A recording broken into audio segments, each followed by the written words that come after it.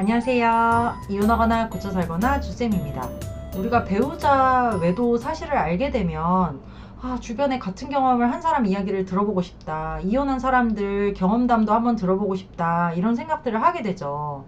그런데 아직 뭐가 결정되지도 않은 상황에서 여기저기 떠벌리고 다닐 수도 없고 괜히 주변에 비전문가의 조언을 들었다가는 나의 결정을 잘못 내릴 수도 있다는 생각이 들어서 결국은 생각하는 게 이혼 전문 변호사, 상하소송 전문 변호사입니다. 그래서 바로 변호사 상담부터 가게 되죠. 그런데 이 변호사가 우리의 생각처럼 내 옆에 든든한 조력자가 되어서 내 인생을 위해서 베스트의 조언을 해주는 내 인생, 내 아이들의 인생까지 설계해주는 그런 사람은 아닌 경우가 많죠. 그래서 오늘은 배우자 외도 상황에서 이런 변호사의 조언은 걸러 들으시라 하는 거에 대해서 이야기해 볼게요. 구독과 좋아요 눌러주세요. 첫 번째는 상간자 찾아가지도 마시고 연락도 하지 마세요 입니다. 사실 변호사의 목적은요, 오직 돈입니다.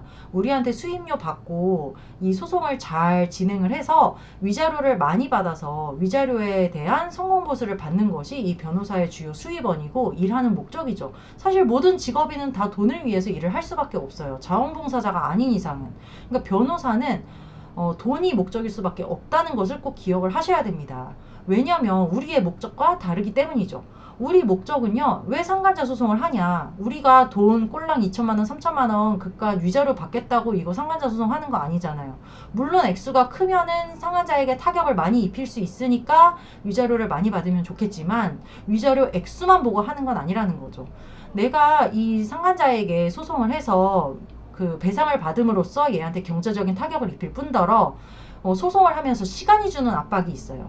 내가 소송하면서 괴로운 것만큼 너도 한번 괴로워봐라. 내가 네 외도로 인해서 네 불륜으로 인해서 내가 이렇게 고통을 받았는데 너도 한번 쫄려봐라 하는 이런 시간이 주는 압박감도 있고 또 판결문 나오면 내가 너 이거 직장이랑 네 가정에 뿌려버릴 거야 막 이런 의미도 있는 거죠. 그러니까 소송을 함으로써 이것들을 갈라놓고 상간자가 내 배우자를 버리면 배우자가 가정에 돌아와서 충실하게 가정생활을 하겠지 하는 이런 기대를 가지고 하는 겁니다. 그런데 소송만 해가지고는 이 목적을 달성하기가 힘들어요. 소송만 하면 이것들이 과연 떨어질까요? 안 그러는 경우가 더 많다는 거예요. 어떻게 보면요, 상간자 소송을 했는데 상간자랑 배우자가 더 붙어먹는 것 같다 이렇게 이야기하는 분들이 더 많으십니다. 왜냐면 상간자가 소장을 딱 받았어. 손이 벌벌벌 떨리겠죠? 이게 뭐야? 나한테 뭐가 날라왔네 법원에서? 너무 무섭다. 이게 바로 상간자 소송이라는 것인가? 내 배우자한테 바로 연락이 오죠. 그래서 바로 불러내. 빨리 와봐봐. 당신 배우자가 나한테 뭐 보낸 것 같아. 같이 봉투 딱 뜯어봐요. 같이 막 봐. 그럼 거기에 무슨 증거가 있는지, 배우자가 무슨 생각인지, 앞으로 어쩔 건지 막 둘이 머리를 맞대고 이제 막 생각을 하게 되죠.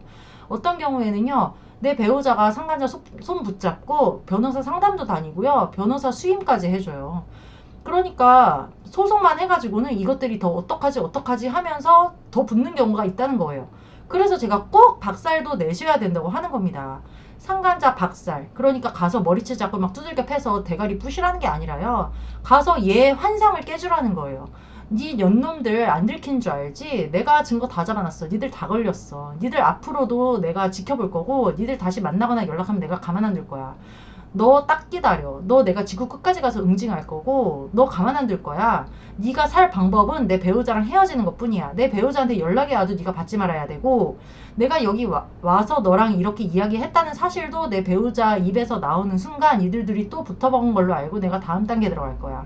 네가 살 방법은 오직 내 배우자랑 이별하는 것뿐이야 라는 것을 이 년놈들 귀에 박아주러 가는 거예요.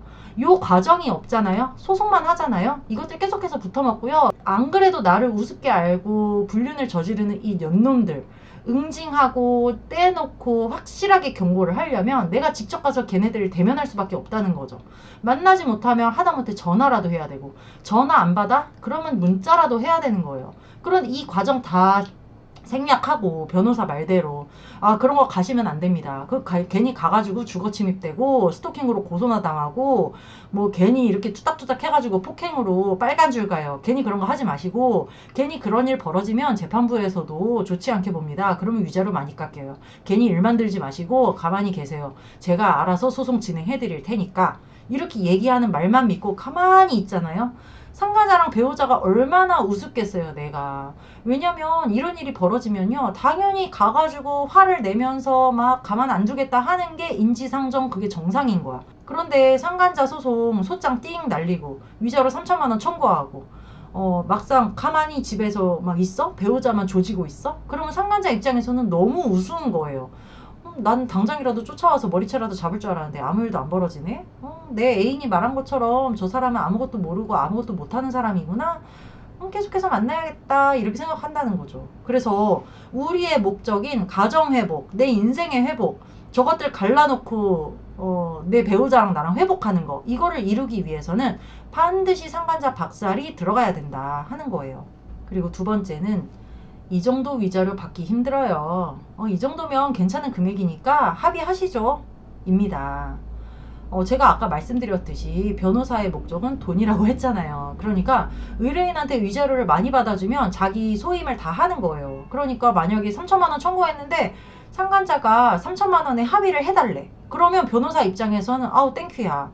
왜냐면 이거 판결까지 가면 3천만 원까지 위자료 안 나올 가능성도 있고, 또 소송이 끝까지 가게 되면은 뭐 6개월 1년이 걸릴 수도 있고 서류 작업도 많이 해야 되는데, 상간자가 3천만 원에 덜컥 합의를 해주겠다고 하네. 그러면 위자료 많이 받아줘서 의뢰인도 만족할 수 있고 본인도 성무모수 많이 받으니까 좋고 소송 기간이 줄어드니까 자기의 일도 줄어들고 변호사 입장에서는 완전 땡큐 베스트인 거죠. 그런데 우리의 입장에서는 이게 베스트가 아닐 수 있다는 거예요. 과연 위자료를 주고 합의를 한다고 해서 이것들이 헤어질까? 우리의 목적은 위자료 3천만 원이 아닌데, 나는 3천만 원 뜯으려고 이거 한 거 아닌데, 저것들 응징하고 헤어지게 만들려고 하는 건데, 그리고 헤어지든 안 헤어지든 간에 내가 지금 이 소송하기까지 얼마나 많은 시간이 흘렀는데, 내가 배우자랑 회복하려고 노력도 많이 해봤고 증거 잡으려고 노력도 많이 했고, 나는 지금까지 이미 마음고생을 몇 년을 했는데 내가 이 사람한테 상간소송을 했는데 이렇게 빨리 합의를 하고 돈 주고 그냥 이 사건을 끝내겠다고? 이거 생각하면은 쉽게 합의를 해줄 수가 없어요. 물론 상간자와 배우자가 이미 옛날에 끝났다든지 이것들이 끝난 게 아주 확실하다든지, 예를 들어서 내 배우자가 내 상간자 소송을 도와주고 있다. 얘네들이 진짜 대판 싸우고 아주 원수가 져서 헤어진 걸 내가 너무 잘 알고 있다. 이런 경우에는 이미 얘네들 사이가 끝났으니까 내가 돈이라도 많이 받아가지고 저 애한테 타격을 줘야겠다라는 생각을 할 수도 있죠. 사실 이 판결문을 받으나 합의서를 작성하나 그 법적인 효력은 동일하기 때문에 불륜 사실도 기재가 되기 때문에 그 서류가 주는, 판결문이 주는 의미는 합의서를 받아도 똑같아요. 그러니까 이미 이것들이 헤어진 게 분명하다면 합의를 해서 빨리 나도 이거를 과거의 일로 제껴두고 내 배우자와 회복을 위해서 노력하는 것도 괜찮은 선택일 수 있다고 생각을 해요. 그런데 만약에 이것들이 떨어졌는지 안 떨어졌는지 긴가민가 하고 이것들이 계속 붙어먹는 것 같은데 하는 의심이 계속 들고 도저히 확인할 방법이 없다. 그럴 경우에는 섣부르게 합의를 해줘서는 안 되는 거죠. 이럴 때 이제 변호사 사무실에서 뭐라고 꼬시냐면요. 합의하면서 위약벌 조항을 넣으면 돼요. 위약벌 조항으로 한 번 연락 시 500만 원, 만날 시 1000만 원 위약벌 넣으면 이것들이 한 번 만나는 거 걸리면 1000만 원씩 줘야 되는데 못 만납니다. 위약벌 아니면 그냥 큰 액수로 2억을 넣죠. 위약벌 2억 넣으면 뭐 2억 아까워가지고 연락이라도 한 번 할 수 있겠어요? 걱정하지 마세요. 위약벌 넣으면 되고, 만약에 이것들 또 붙어먹으면 위약벌 소송 또 들어가면 됩니다. 막 이렇게 해. 그럼 또 거기 솔깃하는 거야. 2억? 2억 받아낼 수 있나? 막 이렇게 생각을 하고서는 덜컥 합의를 하는 경우가 있어요. 그런데 걔네들이 바보도 아니고 또 걸리겠어요? 그러니까 얘네가 처음에 합의하고 나서는 그래 너랑 나랑 이제 진짜 끝이야 하고 딱 헤어질 수는 있어. 그런데 그게 길게 안 가는 경우가 많죠. 나중에 이제 우리 입장에서도 의심스러워. 배우자가 다시 스멀스멀 뭐가 있는 것 같아. 이 새끼 요거 또 수상해. 그런데 도저히 증거 잡을 방법이 없는 거예요. 핸드폰으로 오픈을 했나, 뭐 차를 타고 다니기라나, 뭐 알 수가 없어. 처음에 어리버리 할 때나 그렇게 다 걸렸지, 이제는 완전 프로가 돼가지고, 게다가 위약벌까지 걸어놨으니 걸리면 좆된다는 생각으로 절대 안 걸려야지 하고서는 막 만난단 말이에요. 그럼 우리는 증거를 잡을 방법도 없고, 이미 그 합의를 했기 때문에 이 건에 대해서 새로 증거를 잡지 않으면 뭔가 일을 벌릴 수가 없는데, 응징을 할 수가 없는데, 증거를 못 잡으니까 답답해 뒤지는 겁니다. 이럴 때 다시 변호사 사무실에 이제 연락을 하죠. 연락을 해서 얘네들 다시 만나는 것 같은데 어떡하죠? 하면 그 사람들이 할 수 있는 말은요. 다시 증거 잡아오세요. 위약벌 소송하면 돼요. 위약벌 소송은 700만 원입니다. 막 이러는 거예요. 그럼 이제 이 아내분이나 남편분이 그때서야 후회를 하죠. 아, 내가 너무 빨리 합의를 해줘서 이것들이 면죄부를 얻고 다시 마음 후련하게 다시 붙었구나 하는 후회를 하는 분들이 많습니다. 그래서 우리가 소송을 한 목적이 절대 돈이 아니다. 이거를 꼭 명심을 하시고 쉽게 합의를 해줘서는 안 되는 거예요. 세 번째는 6개월 안에 이혼 소송 하시죠입니다. 변호사는 사실 남의 가정이 깨지면 깨질수록 돈을 버는 직업이기 때문에 이혼을 시킬수록 유리하죠. 그러니까 이혼을 막 독촉하고 종용하는 변호사들도 많아요. 이 유책 사유로 이혼을 하려면 6개월 안에 이혼 소송 거셔야 되고요. 제가 유리하게 돈 많이 받아드릴 테니까 저만 믿고 이혼 소송 얼른 거시죠.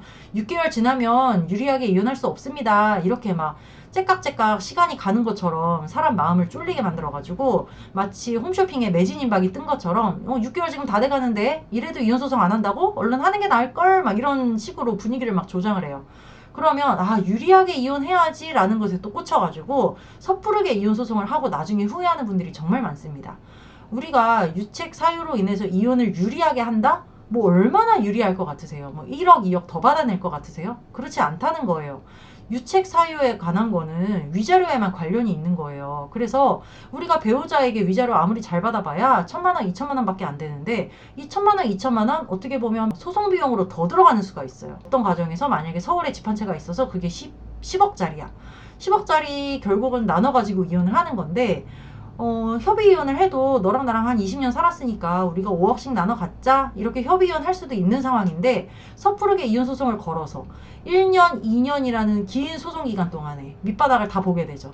있는 잘못, 없는 잘못, 그동안에 쌓였던 거, 뭐 20년 전에 뭐 집어 던졌던 거, 뭐 한 번 때렸던 거, 뭐 별걸 다 끄집어내가지고 아주 사람 속을 빡빡 긁으면서 1년, 2년 동안 법원에 왔다 갔다 하면서 생업에 지장도 생기고 애들도 잘 못 챙기면서 소송을 해. 그런데 결국 1, 2년 지나서 결과는 5억씩 나눠 가지라는 결과가 나왔어. 그리고 유책 배우자가 유책 없는 배우자한테 위자료 2천만 원을 주라고 판결이 났어. 그러면 우리가 그 2년이란 시간 동안에 서로 상체기를 입히면서 왔다 갔다 하면서 못 볼 걸 다 보면서 서류 작성하느라 시간도 빼앗겨 가면서 변호사 비용도 계속 들여가면서 한 게 결국은 위자료 2천만 원 받고 뭐 법적인 비율대로 5대5로 분할한 거야? 이럴 줄 알았으면 나 그냥 협의 이혼했지 별로 유리한 것도 없더만 하면서 후회하는 분들이 많다는 거예요. 5억 내가 재산분할 받았다고 해서 변호사 성공보수를 또 5%를 줘야 된다네? 5억에 5%? 아이고 2,500만 원이네. 내가 받은 위자료 2천만 원인데 그리고 내가 쓴 소송 비용이 지금 벌써 1,000만 원이 됐는데 위자료 2천만 원 받아가지고 오히려 마이너스네? 괜히 시간만 버렸네? 이런 생각하는 분들이 너무너무 많다는 거예요. 그래서 이혼 소송을 감정적으로 결정해서는 절대 안 됩니다. 막 섣부르게 너 뒤졌어 막 이렇게 6개월 안에 막 빨리 해야 돼 이렇게 결정해서는 절대 안 되고요. 이혼할지 말지도 시간을 가지고 6개월 이상 고민을 해야지 사실 결정이 되는 문제 같아요. 우리가 결혼을 할 때도 한 계절 지나고 뭐 1년 이상은 만나보고 결혼을 해야 된다. 심지어 뭐 10년 연애하고 결혼했다 이런 부부들도 많은데 이혼할 때는 왜 6개월 안에 번개불에 콩 구워 먹듯이 막 이렇게 하려고 하는 건지 정말 제가 도시락 싸가지고 다니면서 말리고 싶다는 거예요. 섣부르게 이혼하면 100% 후회합니다. 이혼 결정을 내리기 전에 내가 먼저 준비가 돼야 되는 거죠. 내가 진짜 이혼을 하고 제대로 살 수 있는가? 내가 진짜 이 사람한테 감정이 없어서 이혼하고 나서 오히려 후련하게 이 사람을 떠나보내줄 수 있을까? 아니면은 내가 아직도 미련이 있는 것 같다. 아직 이 사람을 걱정하는 마음이 있다. 이 사람한테 사랑하는 마음이 있는 것 같다? 그러면 좀 더 이혼을 숙고를 해봐야 되는 거죠. 그래서 저는 이혼 결정을 너무 빨리 내리지 마시라는 조언을 해드리고 싶고 옆에서 야 빨리 이혼해 왜 그러고 사냐 그러고 살 바에는 이혼한다 라고 조언하는 사람들 정말 그 사람이 나를 위해서 조언을 해주는 사람일까? 한번 생각을 해보셔야 되는 거예요. 결국 나 스스로 의사결정을 해야 되는 거고 그 의사결정에 대한 책임도 내가 지는 거고 내 인생 내가 사는 거죠. 결국 나 스스로 결정하고 내가 책임져야 되는 문제인 거고요. 변호사는 옆에서 거들 뿐 나 대신에 중요한 의사결정을 해주는 사람은 아니라는 겁니다. 그리고 막 공감 잘해주는 변호사가 공감해주기를 바라는 분들도 많이 계시더라고요. 특히 아내분들이 변호사가 공감을 잘 안 해줘요. 막 이런 얘기를 하세요. 그런데 변호사는 공감해주는 잡이 아니에요. 그렇잖아요. 위자료를 많이 받아주는 게 변호사의 일인 거지, 막 공감해주고 위로해주고 따뜻한 말 해주는 게 변호사의 역할이 아니거든요. 내가 요청한 대로 따박따박 일을 잘 처리해주는 게 변호사의 역할인 거고, 그것만 해줘도 훌륭한 변호사인 거거든요. 오히려 공감 잘해주는 변호사 되게 위험한 사람이에요. 공감을 해서 나한테 뭘 뜯어내려고 하는 거지? 라고 의심을 해봐야 되는 거죠. 진짜로 그런 얘기 많이 듣잖아요. 수임하기 전에, 계약하기 전에는 막 같이 손 붙잡고 막 울어주고 같은 엄마로서 공감한다고 막 입에 발린 소리 하더니 막상 소송 시작했더니 연락도 안 되더라. 이런 분들 굉장히 많습니다. 그래서 변호사에게 공감을 기대하지 마시고, 공감은 저 같은 상담사나 카페 회원들, 같은 경험을 가진 같은 처지의 회원들에게 받으셔야지 변호사에게 공감을 요구해서는 안 되는 것 같아요. 네, 오늘은 여기까지 하고요. 이거나 그거나 카페에 들어오시면 제가 쓴 칼럼도 있고 다른 분들의 사연도 많고 서로 공감해주는 좋은 분위기가 있으니까요. 이거나 그거나 카페에 들어오셔서 말씀 나눴으면 좋겠습니다. 여러분 안녕. 다음 시간에 또 만나요.